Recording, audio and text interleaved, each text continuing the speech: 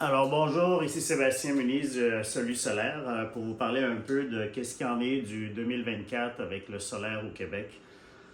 Beaucoup de nos clients nous approchent premièrement pour avoir une réserve en cas de panne pour remplacer l'effet génératrice sans brûler de l'essence ou du propane.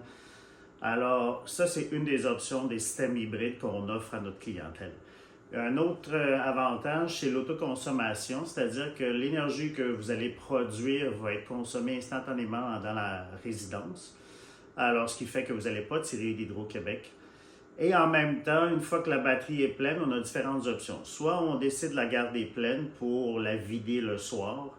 Avec ce qui s'en vient avec le projet de loi 69, il va y avoir des tarifications plus dispendieuses sur certains blocs d'heures. Alors à ce moment-là, on pourrait maximiser la capacité de la batterie pour la décharger jusqu'à un pourcentage où on est confortable pour garder une réserve.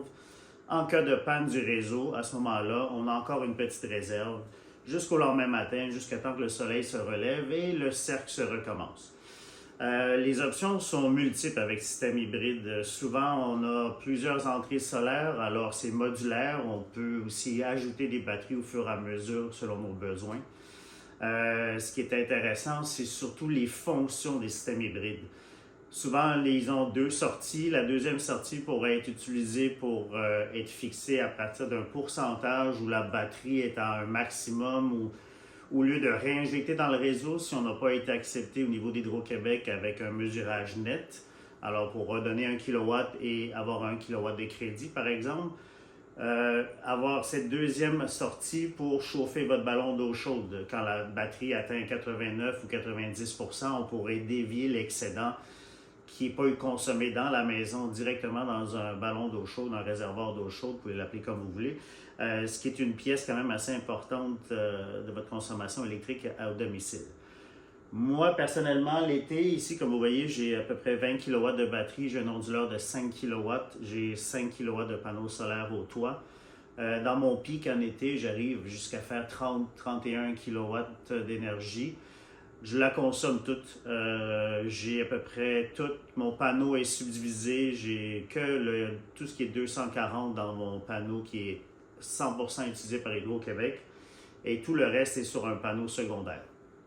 Un panneau secondaire, normalement, je me rends jusqu'au lendemain sans problème toute la soirée et puis on recommence le cycle. Alors finalement, je n'utilise qu'Hydro-Québec que pour la thermopompe, l'eau chaude, les planchers chauffants.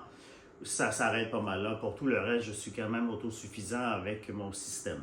En hiver, on passe à un autre système. Au lieu d'être en autoconsommation, je préfère me mettre en mode backup.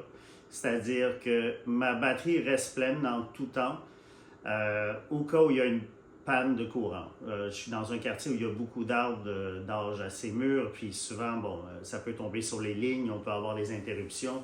À ce moment-là, on est capable de vivre facilement 1 à 2 jours raisonnablement avec nos batteries sans aucun problème.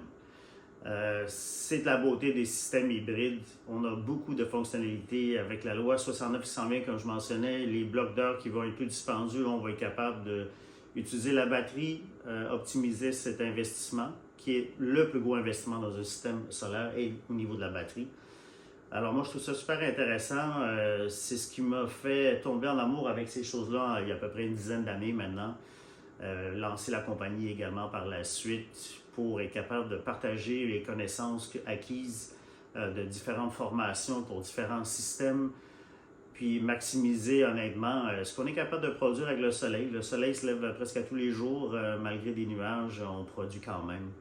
Alors, au plaisir, laissez-moi des commentaires si vous avez des questions, vous voulez que je réponde à vos questions, peut-être avoir des vidéos sur des trucs assez spécifiques.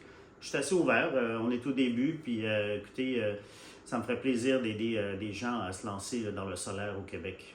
Merci, bonne journée.